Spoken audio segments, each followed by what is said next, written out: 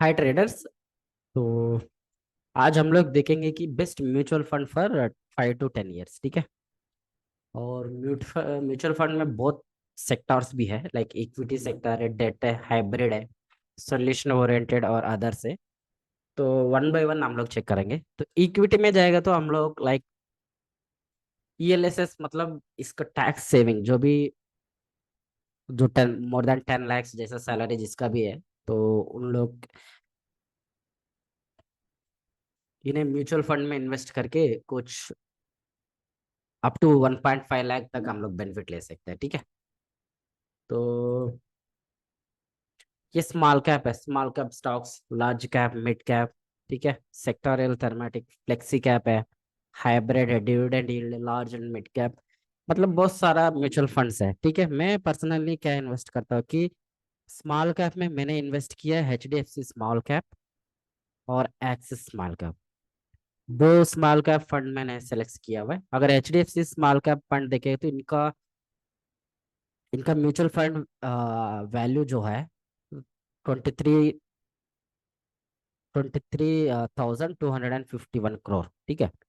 ये axis bank small cap का भी 16,16,175 करोड़ इसका म्यूचुअल फंड का वैल्यू है। ठीक है। तो एचडीएफसी स्मॉल कैप फंड देखेगा तो नॉर्मली ये 1 ईयर का 34% रिटर्न दिखा रहा है। ठीक है। तो एवरेज 5 ईयर्स का हम लोग चेक करें तो ऑलमोस्ट 20% में अप्रोक्सीमेटली 2%, हम लोग को 2% रेट ऑफ इंटरेस्ट का तरह हम लोग को बेनिफिट हो सकता है। ठीक है। तो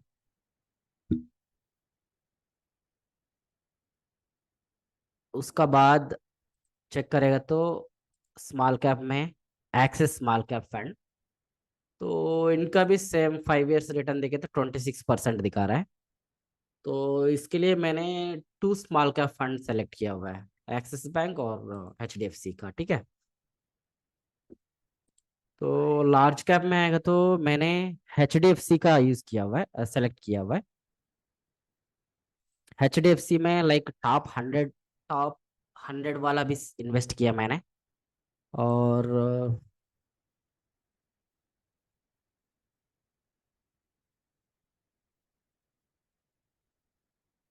ठीक है, टॉप 100 वाला में इन्वेस्ट किया।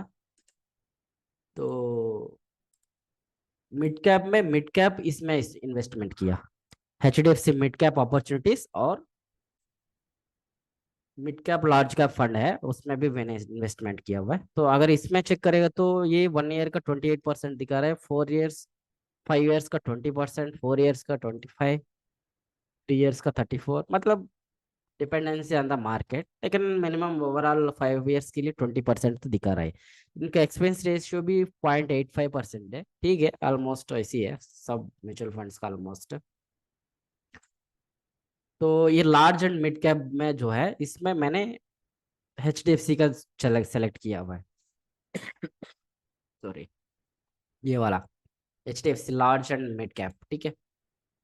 और और एक इन्वेस्ट करने के टाइम क्या हम लोग ऑब्जर्व करना चाहिए कि जो भी म्यूचुअल फंड है डायरेक्ट ग्रोथ वाला सेलेक्ट करना चाहिए, रेगुलर ग्रोथ वाला सेलेक्ट नहीं करना चाहिए उसमें, क्योंकि हम लोग को नुकसान होता है लॉन्ग रन में। ठीक है। तो डायरेक्ट ग्रोथ वाला सेलेक्ट करना चाहिए। ठीक है। तो ये लार्ज एंड मिड कैप वाले भी ऑलमोस्ट 5 ईयर्स के लिए 18% दिखा रहा है, 3 ईयर्स के लिए 31%, और एक्सपेंस रेशियो जो है 0.95% है। ये एग्जिट लोड क्या होता है कि एग्जिट लोड जो है, अगर क्या लिखा हुआ है, after 1 year from the date of allotment कुछ भी चार्जेस नहीं है। बिफोर 1 ईयर हम लोग for example within 1 year from the date of allotment no exit load is payable. ठीक है। तो इनका 1 साल के पहले रिडीम करेंगे तो एग्जिट लोड अप्लीकेबल होएगा बोलता है। ठीक है। तो वो भी हम लोग चेक करना चाहिए। तो डेट म्यूचुअल फंड में आएगा तो मैंने जो इन्वेस्टमेंट किया हुआ है लिक्विड फंड वाला। ठीक है। लिक्विड फंड में मैंने एचडीएफसी लिक्विड फंड में इन्वेस्ट किया हुआ है। तो इनकी वैल्यू जो है ऑलमोस्ट 56,000 करोड़ है। ठीक है। इतना बड़ा वैल्यू का म्यूचुअल फंड है ये वाला एचडीएफसी लिक्विड फंड। इसमें क्या है कि ये alternative for the fixed deposit. ठीक है। तो फिक्स्ड डिपॉजिट 7% जो हम लोग इन्वेस्टमेंट से जब एफडी करेगा तो 7% मिलते हैं पर ईयर। तो इधर भी अप्रोक्सीमेटली 4.5, 5.6 और 7 ऐसा अप्रोक्सीमेटली मेरे, और एक्सपेंस रेशियो जो है 0.2% है, ठीक है। तो इसमें इन्वेस्ट करके हम लोग ऑप्शन सेलिंग भी कर सकते हैं, तो इसके लिए मतलब इधर से भी इनकम आएगा, ऑप्शन सेलिंग में भी अगर इनकम जनरेट कर सकते हैं तो बहुत तरह हम लोग एडवांटेज ले सकते हैं। ये लिक्विड फंड में मैंने इन्वेस्टमेंट किया हुआ है, ठीक है। तो दूसरा वाला हाइब्रिड वाला, ठीक है।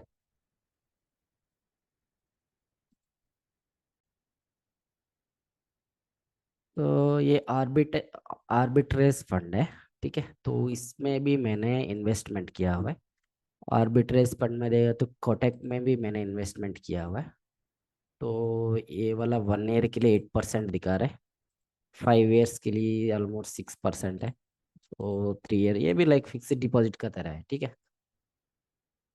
तो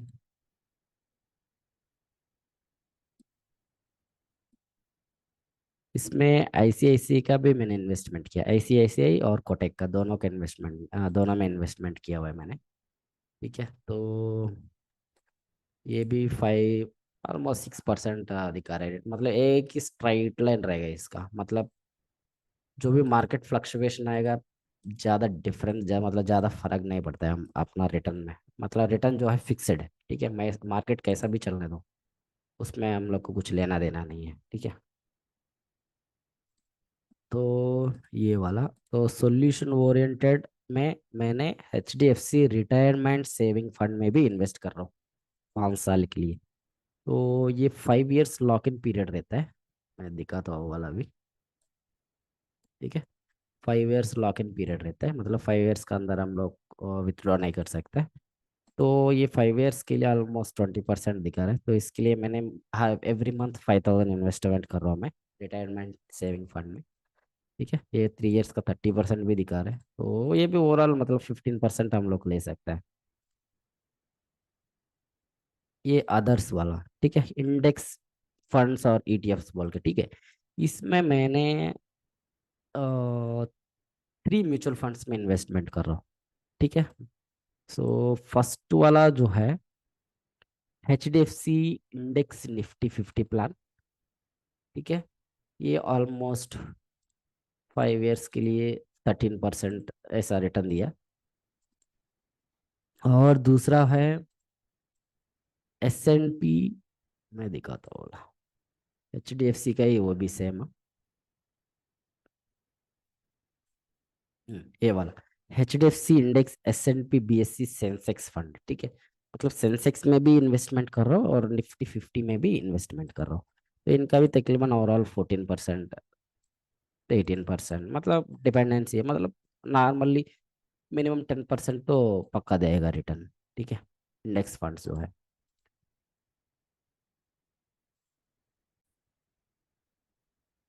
तो दूसरा वाला एक है ICICI निफ्टी नेक्स्ट 50 वाला।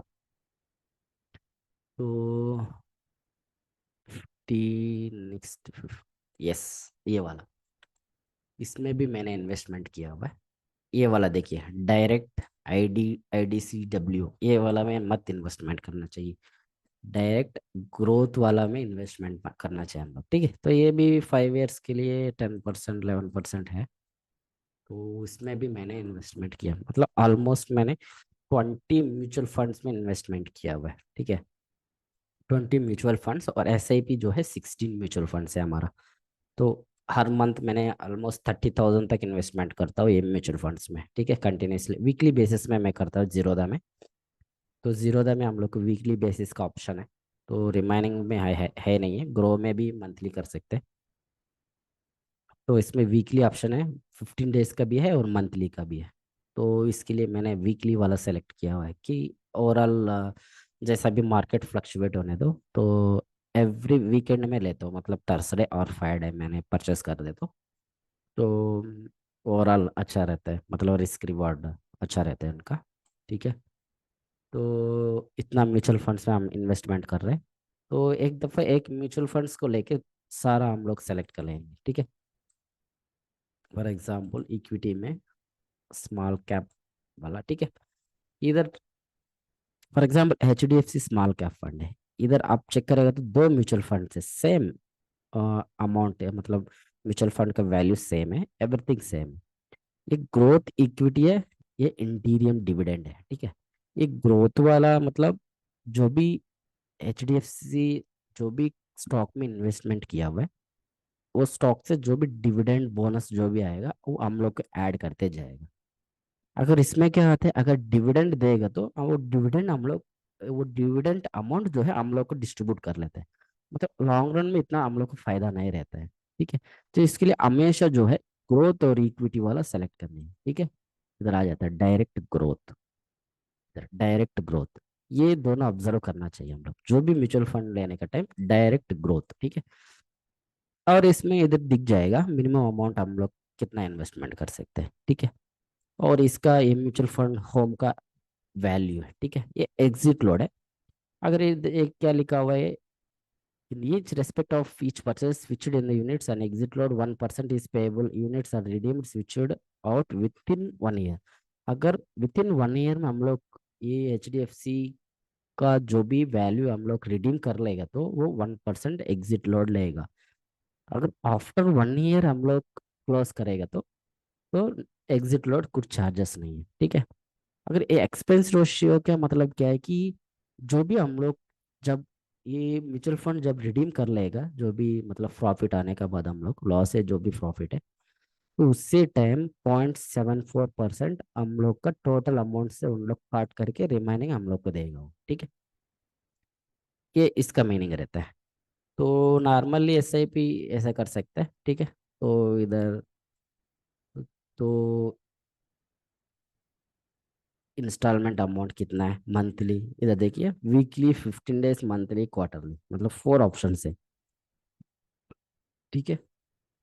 और ऑटोमेटिक स्टेप अप ऑप्शन भी है, फॉर एग्जांपल 10%, ठीक है। तो 100 रुपीज अभी मैंने ये फॉर एग्जांपल नवंबर 1 के इन्वेस्टमेंट किया फॉर एग्जांपल, नेक्स्ट ईयर नवंबर 1 से 100 + 10 रुपीज, ठीक है। तो 110 है, for example if you give 100 here, ठीक है, तो 100 नेक्स्ट ईयर ऑटोमेटिकली अपडेट हो जाएगा। मतलब नेक्स्ट ईयर नवंबर 1 से 200 रुपीज हम लोग पे करना पड़ेगा ASIP के लिए, इसका मतलब ये है स्टेप अप मतलब, ठीक है। तो इसमें ये फ्यूचर भी है, ठीक है। तो जो भी इन्वेस्टमेंट करना चाहता है तो ये चारों मतलब ये 500 म्यूचुअल फंड्स को कवर कर लीजिए, तो ओवरऑल हम लोग को क्या है कि एक स्टेबिलिटी रहता है। अगर वो एक ही स्मॉल कैप में इन्वेस्टमेंट करे तो ज़्यादा फ्लक्चुएशन रहता है, एक ही लार्ज कैप में रहे तो थोड़ा सा हम लोग प्रॉफिट कम रहता है। तो स्मॉल, लार्ज, मिड, ये तीनों को मिलाइए, ठीक है। और ये लिक्विड फंड फिक्स्ड डिपॉजिट का तरह हमको रिटर्न आएगा, ये भी मिलाइए। और आर्बिट्रेज ये भी फिक्स्ड डिपॉजिट का तरह आएगा, इसको भी ऐड कर लीजिए। ये सॉल्यूशन ओरिएंटेड, ये रिटायरमेंट फंड का तरह है, ये भी ऐड करिए। और इंडेक्स फंड, इसमें जो है हम लोग को 15% मिनिमम, 13 to 15% जो निफ्टी 50 बढ़ेगा हम लोग को प्रॉफिट आते रहेंगे, ठीक है। ऐसा है। तो ये चारों को, ये सेक्टोरियल थर्मेटिक, इसमें भी कुछ हमने किया लगता है।